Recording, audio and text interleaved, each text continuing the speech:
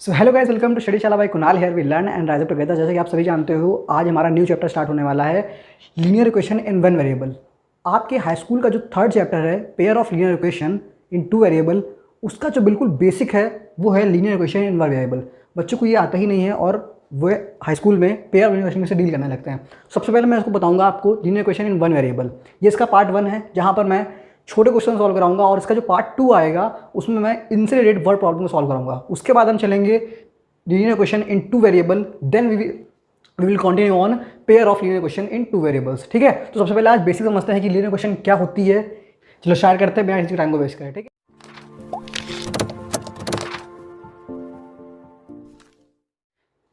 अगर आपने मेरा पार्ट 1 अलजेब्रिक एक्सप्रेशन नहीं देख रखा है मेरा वीडियो, तो उसे आप जरूर देख लीजिए, जो कि अलजेब्रा को समझने के लिए जो हमारा बिल्कुल बेसिक है वो मेरे उस वीडियो में मैंने कवर कर रखा है। जैसे कि मैंने आपको बताया था, मैं आपको बिल्कुल शॉर्ट टाइम रिवीजन दूंगा यहाँ पर। जिसको अगर बिल्कुल बेसिक से जानना हो, डिटेल में पढ़ना हो, तो मेरा वीडियो जरूर विजिट करें। तब तक मैं आपको शॉर्ट में समझा देता हूँ। जो हमारी अलजेब्रा है मैथमेटिक्स की, वो बेसिकली दो चीज़ों पर डिपेंड करती है। पहला है आपका कॉन्स्टेंट, दूसरा है आपका वेरिएबल। इसे हम हिंदी में बोलते हैं अचर, इसे हम बोलते हैं चर। कांस्टेंट क्या होते हैं? कांस्टेंट दो symbols which don't vary in mathematics like all the numbers, यानी कि ऐसे प्रतीक जो कभी भी बदलते नहीं है, वो क्या कहलाते हैं? कांस्टेंट कहलाते हैं, यानी कि अचर राशियां कहलाती हैं, जैसे हमारे सारे नंबर्स। वेरिएबल क्या होते हैं? ऐसी राशियां जो कि समय के साथ गणित की संक्रियाओं में बदल सकती हैं, और अचर राशियों की जगह पर हम चर राशियों को यूज करते हैं, यानी कि those symbols which don't vary in mathematics and can be used in place of constants are called variables. अब हम इसके आगे बढ़ते हुए पता चलता है कि वेरिएबल हमारे पास दो प्रकार के होते हैं, डिपेंडेंट और अगला है नॉन डिपेंडेंट। यानी कि ऐसे वेरिएबल जिनकी वैल्यूज दूसरों पर निर्भर करती हैं, वो कैसे होते हैं? Dependent variable. और जिनकी वैल्यूज दूसरे पर निर्भर नहीं करती हैं, वो कहलाते हैं हमारे नॉन इंडिपेंडेंट वेरिएबल कहलाते हैं। अब अगला टर्म हमारा निकलता है प्रोडक्ट ऑफ फैक्टर,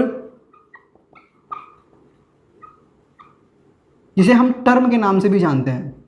जब कांस्टेंट हमारा वेरिएबल से इंटरेक्ट करता है तो फॉर्म करता है प्रोडक्ट ऑफ फैक्टर को, जिसे हम टर्म के नाम से भी जानते हैं। ठीक है, अगली बात आती है आपका कि हमारे टर्म जो होते हैं ये बेसिकली दो पार्ट में डिवाइड होते हैं। एक होता है हमारा लाइक टर्म और एक होता है हमारा अनलाइक टर्म। लाइक टर्म वो टर्म होते हैं जिसमें वेरिएबल की पावर और वेरिएबल खुद दोनों ही सेम होते हैं, और बल्कि अनलाइक टर्म क्या होते हैं? जहां पर वेरिएबल की पावर और वेरिएबल आपस में क्या होते हैं? अलग अलग होते हैं। क्या कहलाते हैं? अनलाइक टर्म्स कहलाते हैं। अगली बात हमारी निकल के आती है कोफिशिएंट, कि भैया कोफिशिएंट क्या है? जब हमारा कांस्टेंट वेरिएबल से रिएक्ट करता है तो क्या फॉर्म करता है? Product of factor.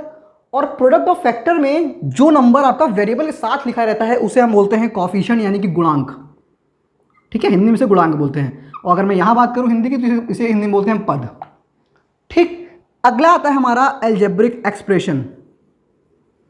Algebraic expression, अब ये क्या होता है? ये क्या होता है? जब हमारे कई सारे टर्म्स आपस में ऐड या सब्ट्रैक्ट होते हैं तो जो पैटर्न फॉलो होता है उसे हम बोलते हैं एल्जेब्रिक एक्सप्रेशन। क्या बोलते हैं? उसे हम बोलते हैं एल्जेब्रिक एक्सप्रेशन। अब बात आती है भैया ये इक्वेशन क्या है? एक एल्जेब्रिक एक्सप्रेशन जो कि इक्वलिटी शो करता है अपने लेफ्ट हैंड साइड और राइट हैंड साइड में, तो उसे हम बोलते हैं इक्वेशन। तो स्टार्ट करते हैं हम इक्वेशन को। जानते हैं कि हमारा इक्वेशन कितने प्रकार की होती हैं, और इसका जनरल इक्वेशन क्या होता है लीनियर इक्वेशन का, और इसे हम किस तरह से सॉल्व आउट करते हैं। ठीक है, तो वीडियो को स्किप मत कीजिएगा, पूरा देखिएगा लास्ट तक और जानिएगा कि क्या है इसका एक्चुअल कॉन्सेप्ट। चलो समझते हैं इक्वेशन क्या होती है। जैसे मैंने बताया आपको कि a relation between constants and variable which defines equality of its left hand side, जिसे हम लिखते हैं LHS, and right hand side,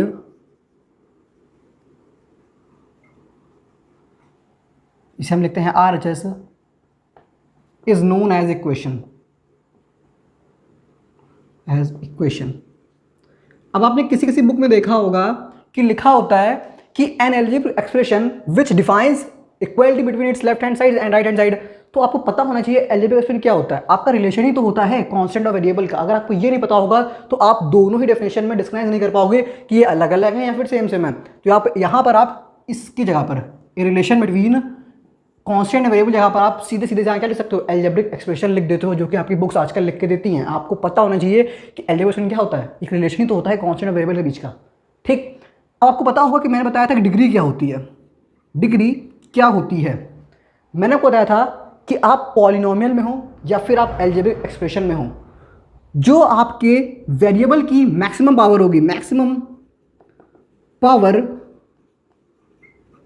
of variable is known as your degree. क्या कहते हैं उसे, हम कहते हैं डिग्री। तो अगर हम यहां पर डिग्री की बात करेंगे इक्वेशन में, तो हम बोलेंगे maximum power of variable in equation is known as its degree. ठीक है, तो डिग्री के अकॉर्डिंग हम इक्वेशंस को 3 पार्ट पर डिवाइड करते हैं। हम डिग्री के अकॉर्डिंग इक्वेशंस को 3 पार्ट में डिवाइड करते हैं। अगर हम इक्वेशन को बांटना चाहूं तो हमें डिग्री के अकॉर्डिंग इक्वेशन 3 पार्ट में बढ़ती हैं। पहला हमारा होता है लीनियर, दूसरा होता है हमारा क्वाड्रेटिक। इसके आगे आप इक्वेशन जरूर लिख लीजिएगा इस तरह से शॉर्ट फॉर्म में, ताकि आपको दिमाग में रहे कि आप इक्वेशन पढ़ रहे हो, आप पॉलिनोमियल में नहीं हो। क्योंकि पॉलिनोमियल को हम 2 तरीके से बांट सकते हैं, टर्म्स की गिनती के आधार पर और डिग्री के आधार पर, लेकिन हम इक्वेशन को सिर्फ और सिर्फ डिग्री के अकॉर्डिंग ही बांटते हैं। ठीक है, बात क्लियर होनी चाहिए आपको। थर्ड है आपका क्यूबिक इक्वेशन। अब लीनियर इक्वेशन क्या होती है? लीनियर इक्वेशन होती है जिसमें आपके वेरिएबल की मैक्सिमम पावर क्या होगी, 1, यानी कि डिग्री आपकी क्या होगी, 1 होगी। ठीक है, क्वाड इक्वेशन क्या होती है, जिसमें आपके वेरिएबल की मैक्सिमम पावर होगी 2, यानी कि डिग्री क्या होगी आपकी 2 होगी। क्यूबिक में डिग्री 3 होगी, उसे हम बोलते हैं क्यूबिक इक्वेशन। ठीक है, तो हमें क्या पढ़ना है, लीनियर इक्वेशन। अब लीनियर इक्वेशन हम 2 तरीके से पढ़ते हैं। पहला पढ़ते हैं हम इन 1 वेरिएबल, दूसरा पढ़ते हैं हम इन 2 वेरिएबल। ठीक है, तो हम आज जो पढ़ेंगे वो है लीनियर इक्वेशन इन 1 वेरिएबल। अब आप समझ जाएंगे कि लीनियर इक्वेशन 1 वेरिएबल होता क्या है। क्या बोल रहा है, लीनियर इक्वेशन इन 1 वेरिएबल, यानी कि एक इक्वेशन जिसके वेरिएबल की मैक्सिमम पावर क्या हो, 1 हो, और वेरिएबल भी उसमें क्या हो, सिर्फ एक ही वेरिएबल हो, सिर्फ एक तरह का वेरिएबल हो। अगर मैं इसके जनरल इक्वेशन की बात करूं आपसे, तो ये निकलती है, इसकी जो जनरल इक्वेशन निकलती है आपकी, वो निकलती है ax plus B is equal to 0। अब आप देखो यहां पर वेरिएबल कितने हैं, सिर्फ एक वेरिएबल है और उसकी हाईएस्ट पावर क्या है, 1 है, यानी कि डिग्री क्या है, 1 है। तो यहां पर ये लीनियर इक्वेशन इन 1 वेरिएबल का जनरल इक्वेशन है। अब इस पर हम कुछ क्वेश्चन को सॉल्व करते हैं और देखते हैं हम किस तरह से लीनियर इक्वेशन 1 वेरिएबल के क्वेश्चन को सॉल्व करेंगे। मैं यहां पर आपको शॉर्ट क्वेश्चंस बताऊंगा और वर्ड प्रॉब्लम्स जो आपकी होंगी वो मैं इसके पार्ट 2 में आपको बिल्कुल अच्छे से क्लियर अप करके बताऊंगा। ठीक है, तो पार्ट 1 में हम सिर्फ शॉर्ट क्वेश्चंस को ही देखेंगे। ठीक है, तो शुरुआत करते हैं हम एग्जांपल्स की। यहां पर चलिए तो कुछ एग्जांपल्स को देख लेते हैं और समझ लेते हैं हम किस तरह से लीनियर इक्वेशन को हम सॉल्व करते हैं। काफ़ी सारी बुकें क्या करती हैं कि लीनियर इक्वेशन के 1 वेरिएबल क्वेश्चन को वो 2 काइंड में डिवाइड कर देती हैं। पहला काइंड होता है कि आपके एक तरफ ही वेरिएबल हो, यानी कि आपका सिर्फ एक तरफ ही क्या होगा, वेरिएबल होगा। और दूसरा काइंड होता है यहाँ पर इक्वल साइन के दोनों तरफ वेरिएबल होते हैं। मैं आपको सिर्फ एक बात कहूँगा जिससे आप सारे ही क्वेश्चन आराम से सॉल्व कर पाओगे। सिर्फ मेरी बात को सुनिएगा आप। मैंने आपसे क्या कहा कि आप सबसे पहला जब भी आप ये क्वेश्चन सॉल्व करोगे आपको एक माइंड मेकअप करना है, और माइंड मेकअप ये है कि आपको वेरिएबल वाले टर्म एक साइड करने हैं और कांस्टेंट वाले टर्म एक साइड करने हैं, और फिर आपको जो वेरिएबल वैल्यू फाइंड करनी है उसे आप अकेला कर लीजिएगा, आपका आंसर आपको मिल जाएगा। किस तरह से, देखिए 2x - 3 = 7। आपका वेरिएबल टर्म कौन सा है, ये वाला टर्म है। ये टर्म आपका कौन सा है, वेरिएबल टर्म है। ये कैसा है, कांस्टेंट है। ये कैसा है, कांस्टेंट। तो मैंने आपसे क्या कहा, वेरिएबल टर्म आप एक तरफ कर लीजिए, कांस्टेंट वाला टर्म आप एक तरफ कर लीजिए। यहाँ पर देखिए ये 2x मैंने इधर ही छोड़ दिया, ये 3 इधर क्या था, माइनस का था, इधर जाके ये प्लस पे हो गया, तो ये बन गया 7 + 3, जिसे हम लिख सकते हैं 10। क्या लिख सकते हैं, इसे हम लिख सकते हैं 10।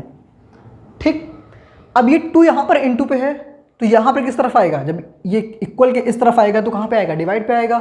तो ये x आ जाएगा 10/2, और इसे आप काटोगे तो आपको मिलेगा 5, यानी कि x की वैल्यू आपको मिल जाएगी 5। ठीक, अगला देखो क्या बोल रहा है, x/3 + 5/2 = -3/2। मैंने आपसे क्या कहा, वेरिएबल टर्म आप एक तरफ रखो, कांस्टेंट टर्म आप एक तरफ रखो। यहाँ पर ये कांस्टेंट टर्म है, आप इसे उठाकर इधर ले जाओ, ये बन जाएगा x + 3 = -3/2 -5/2। अब आप ध्यान दो, यहाँ पर आपको क्या लगाना पड़ेगा, यहाँ पर आपको एलसीएम से सॉल्व करना पड़ेगा। किससे सॉल्व करना पड़ेगा, एलसीएम से। जब आप यहाँ पे एलसीएम लगाओगे तो आपको मिलेगा 2 -3 -5, क्योंकि दोनों ही कैसे हैं, सेम है। दोनों को डिवाइड करो आपको 1 मिलेगा, 1 का इंटू यहाँ पर कराओगे तो आपको यही नंबर मिल जाएंगे। -3 -5 यानी कि -8। जब आप इस -8 को 2 से डिवाइड करोगे तो आपको मिलेगा 4, यानी कि -4, यानी कि मैं इस बवाल की जगह पूरा लिख सकता हूँ -4 लिखा मैंने। अब यहाँ पर जो ये 3 है, यहाँ पर ये x को क्या कर रहा है, डिवाइड कर रहा है। क्या कर रहा है, यहाँ पर ये x को डिवाइड कर रहा है। जब ये इक्वेशन के इस तरफ आएगा तो इसे क्या करेगा, इसे मल्टीप्लाई कर देगा। तो मैंने इसे क्या करा, इधर मल्टीप्लाई करा दिया, -4 × 3। अब 4 × 3 क्या होता है, 12। माइनस का साइन लगाया तो आप माइनस साइन लेकर जाओगे तो आपका x मिल जाएगा -12 के बराबर। ठीक, अगला देखो 15/4 -7x = 9। वेरिएबल टर्म आप एक तरफ कर लो और कांस्टेंट का टर्म आप एक तरफ कर लो। यहाँ पर देखिए आपका जो वेरिएबल टर्म है वो किस में है, माइनस में है। आपको वेरिएबल टर्म का आंसर आपको प्लस में लाना होता है, तो आप इसी को पहले इस तरफ ले जाओ। ये क्या बनेगा, 15/4, इसको आप इस तरफ लेके जाओगे तो ये हो जाएगा +7x। इधर ये 9 प्लस में है, अगर ये इस तरफ आएगा तो ये माइनस में हो जाएगा, तो बन जाएगा -9। और ये -7x जब इस तरफ जाएगा बन जाएगा आपको 7x बन जाएगा। अब आप यहाँ पर एलसीएम ले लो।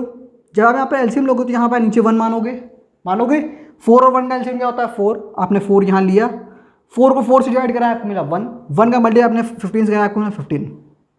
जब आपने 4 को 1 से डिवाइड कराया तो आपको मिला 4, उसका आपने इधर मल्टीप्लाई करा आपको मिला 36 मिला। यहाँ पर क्या है, =7x। जब आप इसको इससे डिवाइड करोगे, यानी आप इसको इससे सब्ट्रैक्ट करोगे तो आपको मिलेगा -21। क्यों, क्योंकि एक प्लस में है एक माइनस में है। मैंने आपसे क्या कहा था, जब आपको ऐसी कंडीशन मिल जाए, बड़े में से आप छोटे को घटा दीजिए, यानी कि 36 में से आप 15 घटाओगे आपको मिलेगा 21। साइन किसका आएगा, जो इनमें से बड़ा था। बड़ा क्या था, 36 बड़ा था, तो 36 का साइन क्या है, माइनस का, तो यहाँ माइनस आपको मिल जाएगा। यानी कि यहाँ पर आपको मिलेगा -21/4 = 7x। अब ये 7 यहाँ पर मल्टीप्लाई में है, यहाँ पर आएगा तो किस में आ जाएगा, डिवाइड में। तो इसे मैं लिख सकता हूँ आगे बढ़ाकर -21/4 × 7 = x। ये 7 इस 21 को डिवाइड करेगा, 7 × 7, 7 × 3 = 21, यानी कि x की वैल्यू आपको मिल जाएगी यहाँ पर, x = मिल जाएगा -3/4। ठीक, आई होप आपको समझ में आया होगा। अगला देखो 2x - 3 = x + 2। मैंने आपसे क्या कहा था, वेरिएबल टर्म आप एक तरफ कर लो। इधर ही 2x है, इधर ये x है, आपने इधर x को उधर कर लिया तो मिल जाएगा 2x - x। और इधर ये 3 माइनस में है, इधर जाके ये प्लस में हो जाएगा, यानी कि 3 + 2। 2x में से x जाएगा, आपको मिलेगा x। 3 + 2 क्या होता है आपका 5। आपका आंसर आ गया। अगला देखिए 5x + 7/2 = 3/2 - 14। मैंने आपसे क्या कहा था, वेरिएबल टर्म आप एक तरफ कर लो, यानी कि 5x - 3/2x, क्योंकि इधर ये प्लस का था, इधर आया माइनस का हो गया। अब ये इधर से इधर जाएगा तो माइनस का हो जाएगा, -14 - 7/2। अब आप एलसीएम लोगे तो आपको मिलेगा 10x - 3x, यानी कि 7x/2 मिलेगा। इधर आप एलसीएम लोगे तो आपको मिलेगा -28 - 7, यानी कि -35/2। अब देखो, अब मेरी एक बात समझना कि आप कहाँ पर अपना टाइम बचाओगे, किस तरह से इन क्वेश्चन को करने में आप अपना टाइम बचाओगे। आप दिमाग में सोचो, इधर ही डिवाइड कर रहा है, इधर से इधर जाएगा तो ये किस में जाएगा, मल्टीप्लाई में जाएगा। जब ये मल्टीप्लाई में यहाँ पर जाएगा तो ये आपस में डिवाइड होंगे। तो कहने का मतलब ये है कि इक्वल के साइन के इस तरफ और इस तरफ आप ऊपर ऊपर नीचे नीचे आपस में डिवाइड कर सकते हो, यानी कि इस 2 से मैं इस 2 को कट कर सकता हूँ और इस 7 में से मैं इस 35 को डिवाइड कर सकता हूँ, तो मिल जाएगा आपको -5, यानी कि x की वैल्यू आपको निकल आ जाएगी -5। समझ में आया आपको। अगला देखिए x = 4/5 ब्रैकेट में x + 10। इसे मैं यहाँ पर सॉल्व करके दिखाता हूँ आपको। ये देखिएगा x = 4/5 ब्रैकेट में x + 10। आप किस तरह सॉल्व करोगे, यहाँ पर ये 4/5 जो है किस में है, मल्टीप्लाई में है। ये पूरा टर्म कैसा है, ये मल्टीप्लाई में है, तो आप या तो इसे पूरा मल्टीप्लाई कर दीजिए। अब ये एक बार इससे मल्टीप्लाई करेगा, एक बार इससे मल्टीप्लाई करेगा, 4/x 5। जब ये इससे मल्टीप्लाई करेगा तो ये 5 10 को काट देगा, यानी कि इस तरह से मैं लिख सकता हूँ ऐसे 5 × 10, ये 5 × 5, 5 × 2 = 10 चला जाएगा ये। ये बन जाएगा आपका। अब आप क्या करोगे, वेरिएबल टर्म को आप एक तरफ ले आओ, यानी कि x में से आप 4/5x को हटाओगे, इज इक्वल टू बचेगा क्या आपका 4 × 2 यानी कि 8। आप इसका एलसीएम लोगे आपको मिलेगा x/5 इज इक्वल टू 8। इधर ये 5 डिवाइड में है, उधर जाकर मल्टीप्लाई में चला जाएगा तो हो जाएगा x इज इक्वल टू 40 आपका आंसर। ठीक, एक और एग्जांपल देखिए क्या बोल रहा है, 2x/3 + 1 is equal to 7x/15 + 3। सबसे पहले आपको काम क्या करना है, वेरिएबल टर्म को आपको एक तरफ लिखना है, यानी कि आपने क्या करा 2x + 3 माइनस का 7x/15, जो कि इधर ये कैसा था प्लस में था, इधर आया ये माइनस में हो गया, ये +1 इधर जाएगा तो कैसा हो जाएगा माइनस का हो जाएगा, यानी कि 3 - 1, इसे हम लिख सकते हैं 2। ठीक, मैंने स्पेस के लिए ऐसा करा है, आप मत ऐसा करिएगा, ठीक है, आप पेपर में इसे बिल्कुल स्टेप बाय स्टेप सॉल्व करिएगा। यहाँ पर आप 3 और 15 का एलसीएम लोगे आपको मिलेगा 15, इस 15 को आप 3 से डिवाइड करोगे आपको मिलेगा 5, 5 का मल्टीप्लाई आप 2 में करोगे आपको मिलेगा 10x, और 15 को आप 15 से डिवाइड करोगे आपको मिलेगा 1, 1 का मल्टीप्लाई आप 7x में करोगे आपको मिलेगा 7x is equal to 2, 10x में से 7x जाएगा आपको मिलेगा 3x, 3x/15 is equal to 2। अब मैं कह सकता हूँ 3 × 1 = 3, 3 × 5 = 15। अब ये 5 इधर डिवाइड में है, उधर जाके मल्टीप्लाई में चला जाएगा तो आपको मिल जाएगा x is equal to 10 answer आपका। कुछ और एग्जांपल्स मैं देता हूँ, चलिए तो कुछ और एग्जांपल्स को देख लेते हैं जो कि थोड़े से मिसलीनियस टाइप में आते हैं आपके। पहला क्वेश्चन देखिए, 6x + 1/3 + 1 is equal to x - 3/6। सबसे पहले आप क्या करोगे, एल्जेब्रिक टर्म को एक तरफ कर लो, यानी कि 6x + 1/3 माइनस का x - 3/6। ये +1 यहाँ पर कैसा है प्लस में है, इधर जा कैसा हो जाएगा माइनस में हो जाएगा। आप यहाँ पे क्या करोगे, एलसीएम लोगे, 3x का एलसीएम क्या होता है आपका 6 होता है। आप 6 को 3 से डिवाइड करोगे आपको मिलेगा 2, उस 2 का मल्टीप्लाई ऊपर करोगे आपको मिलेगा 12x + का 2। ठीक, यहाँ पर जो साइन माइनस का है, इसे माइनस का साइन आप बने रहने दीजिएगा। 6 को आप 6 से डिवाइड करोगे आपको मिलेगा 1, उस 1 का मल्टीप्लाई आप x से करोगे आपको मिलेगा x। ठीक, और फिर आप 1 का मल्टीप्लाई करोगे 3 से। अब यहाँ होती है गलती, यहाँ आपने माइनस लगाया, यहाँ पे आपको यूज़ करना है ब्रैकेट माइंड में, फिर आप जब इस -3 में आप 1 का मल्टीप्लाई करोगे आप लिखोगे -3। ठीक, और आप ध्यान से देखो यहाँ पर माइनस का मल्टीप्लाई x - 3 में जब होगा तो ये जब ब्रैकेट हटेगा तो ये माइनस इस x को तो माइनस कर ही देगा और इस -3 को क्या कर देगा प्लस कर देगा। यहाँ पर होती है गलती। ठीक है, ये वो आपका आ गया -1। अब ऊपर आप सॉल्व करो, 12x में से x जाएगा तो बचेगा आपका 11x +2 + 3 क्या बन जाएगा आपका +5। ये 6 इधर डिवाइड कर रहा है, उधर जाके क्या करेगा मल्टीप्लाई करेगा, बन जाएगा आपका -6 बन जाएगा। इधर से आपको x की वैल्यू फाइंड करनी है तो आपको x को अकेला करना पड़ेगा। ये 5 इधर जाएगा तो बन जाएगा -5, -6 -5 बनेगा आपका -11। ये 11 इधर मल्टीप्लाई में है, इधर जाके कैसा हो जाएगा डिवाइड में हो जाएगा, तो ये इसे इस तरह से काट देगा, 11 बन जाए 11, 11 बन जाए 11, तो आपका आ जाएगा x इज इक्वल टू -1। ठीक, अगला क्वेश्चन देखिए, 5x - 2x - 7 is equal to 2 × 3x - 1 + 7/2। Variable function को एक तरफ करो। सबसे पहले आप लिखोगे 5x, इस 2 का मल्टीप्लाई इधर करा लो तो -4x + 7। उसी तरह से यहाँ पर आप करो 2 × 3 6x - 2 + 7/2। अब आपके लिए इजी हो जाएगा, आप वेरिएबल वाले फंक्शन को एक तरफ कर लो, यानी कि 5x - 4x - 6x, क्योंकि यहाँ पर कैसा है प्लस में है, इधर आके माइनस में हो जाएगा, -4x - 6x बन जाएगा -10x। तो आप लिख सकते हो -5x - 10x।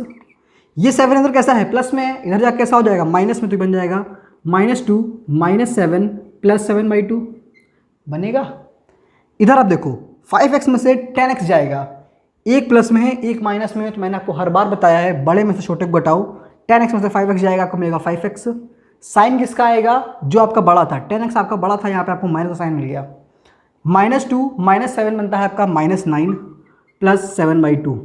यहाँ पर आप एलसीएम लेकर सॉल्व करोगे तो -18 + 7 यानी कि -11/2, यानी कि -5x इज इक्वल टू बनेगा आपको -11/2। इस माइनस से माइनस कैंसिल हो जाएगा, ये 5 यहाँ पर मल्टीप्लाई में है, इधर जाके ये डिवाइड में आ जाएगा तो आपको मिल जाएगा x is equal to 11/10 answer आपका। ठीक है, अगला देखो 0.25 into 4f-3 is equal to 0.05 into 10f-9। अब देखो यहाँ पर आप क्वेश्चन ने थोड़ा चेंज है। वेरिएबल क्या है आपका f। मैंने आपको शुरुआत में बताया था कि f क्या होते हैं, एनी काइंड ऑफ सिंबल, चाहे वो अल्फ़ाबेट हो, चाहे वो न्यूमरिक सिंबल हो जैसे कि अल्फ़ा बीटा गामा, वो सारे ही जो कि कॉन्स्टेंट की जगह पर यूज़ होते हैं आपके वेरिएबल कहलाते हैं। क्योंकि कुछ बच्चे क्या करते हैं, सिर्फ दिमाग में रख लेते हैं एक्स और वाई को कि भैया एक्स और वाई हमारे क्या है, वेरिएबल है। यहाँ तक कि एग्जामिनेशन में डेफिनेशन में भी सिर्फ इसी को देखा आते हैं। बल्कि मैंने आपको बताया है कि जितने भी अल्फ़ाबेट होते हैं, जितने भी सिंबल होते हैं आपके हो सकते हैं जो कि आप नंबर्स की जगह पर यूज़ कर सकते हो, उन्हें आप वेरिएबल कहते हो। ठीक है, अब देखो आप 0.25 यहाँ पर आप डायरेक्ट मल्टीप्लाई भी करा सकते हो, यानी कि आप जब आप 0.25 का मल्टीप्लाई 4 से करोगे तो आपको मिलेगा 0.25 इंटू 4, 4 पंचे 20 की 0, 2 इधर आया, 4 दूनी 8, 8 2 10, 1 इधर, 4 0 1, आपको क्या मिला, 1 मिला। आप यहाँ पर इस तरह से मल्टीप्लाई करके लिख सकते हो, लेकिन स्मार्ट वर्क करो। 0.25 को आप क्या लिख सकते हो, सोचो, आप 0.25 लिख सकते हो 1/4 लिख सकते हो। इस 1/4 को आप मल्टीप्लाई कराओ, 1/4 इंटू 4f माइनस 1/4 इंटू 3। आप इसे लिख सकते थे ना, बिल्कुल लिख सकते थे। इधर देखो, आप इससे भी आप मल्टीप्लाई करा सकते हो डायरेक्ट, लेकिन आप 0.05 को क्या लिख सकते हो, इसे आप लिख सकते हो 1/20 लिख सकते हो आप इसे, बिल्कुल लिख सकते हो आप इसे। अब आप इसका भी मल्टीप्लाई 10f से कर दो और माइनस का 9/20। अब आपको क्या करना है, जो आपके वेरिएबलिक फंक्शन है उसे आप एक तरफ लिख लो, कांस्टेंट टर्म एक तरफ लिख लो, आंसर ले लो आप। 4 में से 4 काट दिया, आपको मिल गया f। इधर से आप 10 में से ये काटोगे 2 मिलेगा, यहाँ बनेगा आपका f/2। ये f/2 इधर आएगा तो आपका आ जाएगा माइनस का f/2। ये माइनस 3/4 उधर जाएगा तो बन जाएगा आपका प्लस 3/4 माइनस 9/20। आप ये देखो, आप यहाँ पे देखो, स्मार्ट वर्क देखो, आप यहाँ पर आप एलसीएम लेके सॉल्व करोगे, कर सकते हो, लेकिन टाइम वेस्ट होगा। आप सिर्फ थोड़ा सा दिमाग लगाओ कि आप किसी पूरे चीज़ में से आधा चीज़ को हटाओगे तो आपके पास कितना बचेगा, वो आधा। यानी कि अगर आपके पास कोई एक बिस्किट का पैकेट है जिसमें 8 बिस्किट्स होते हैं, आपने उसमें से आधे दे दिए, यानी कि आपने 4 किसी को दे दिए, तो आपके पास कितने बचे, 4। यानी कि जो आपका पूरा है घर f का, उसमें से आपने आधा f हटा दिया तो बचे कितना आपका, आधा f, यानी कि आपको f/2 मिल जाएगा। आप यहाँ पर एलसीएम लेके भी कर सकते थे, कोई नो डाउट, लेकिन थोड़ा सा स्मार्ट वर्क करोगे तो जल्दी आपका काम होगा। यहाँ पर आप एलसीएम लोगे तो 4 20 का एलसीएम आपको 20 मिलेगा, 20 को आप 4 से डिवाइड करोगे आपको मिलेगा 5, 5 का मल्टीप्लाई 3 का आपको मिलेगा 15 माइनस 9। इसे आप लिख सकते हो f/2, 15 में से 9 जाएगा आपको मिलेगा 6/20। ये 2 इधर जाके मल्टीप्लाई में चला जाएगा तो आपको मिलेगा f इज इक्वल टू 12/20। अब जिसने भी यहाँ तक आंसर लाके ये मान लिया कि उसका आंसर आ गया, तो पेपर में अगर ये क्वेश्चन 4 नंबर का आता है तो आपको वहाँ पर सिर्फ 2 मार्क्स मिलेंगे। क्यों? क्योंकि आपने यहाँ पर से सिंप्लीफाई नहीं किया, क्योंकि यहाँ पर ये कट रहा था 6 10 3 5, यानी कि आंसर जो आपका आएगा वो 3/5 आएगा। नो डाउट ये आंसर आपका सही होता, लेकिन पेपर में आपको सिंप्लीफाई फॉर्म लेनी होती है। ठीक है, तो ये आपका क्या बनता है, इस तरह से बनता है ये। ठीक, इधर देखिए आप 10x - 2 upon 3x is equal to. अब यहाँ पर बच्चे सोचते हैं कि हमारा जो वेरिएबलिक फंक्शन है वो एक ही तरफ है, तो हम क्या सॉल्व करें, कैसे सॉल्व करें। सिर्फ आपको सोचना है कि आप यहाँ पर क्रॉस मल्टीप्लिकेशन करोगे।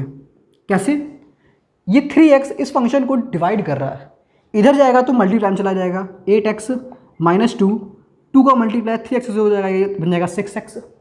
अब ये इजी हो गया, आप वेरिएबल टर्म एक तरफ ले आओ, 8x में से आपका 6x जाएगा और ये -2 इधर आके +2 बन जाएगा, 8 में से 6 जाएगा आपको मिलेगा 2x इज इक्वल टू 2। इस 2 में से 2 को काट दो, आपको मिल जाएगा x इक्वल टू 1। ठीक, ये आपका आंसर आ गया।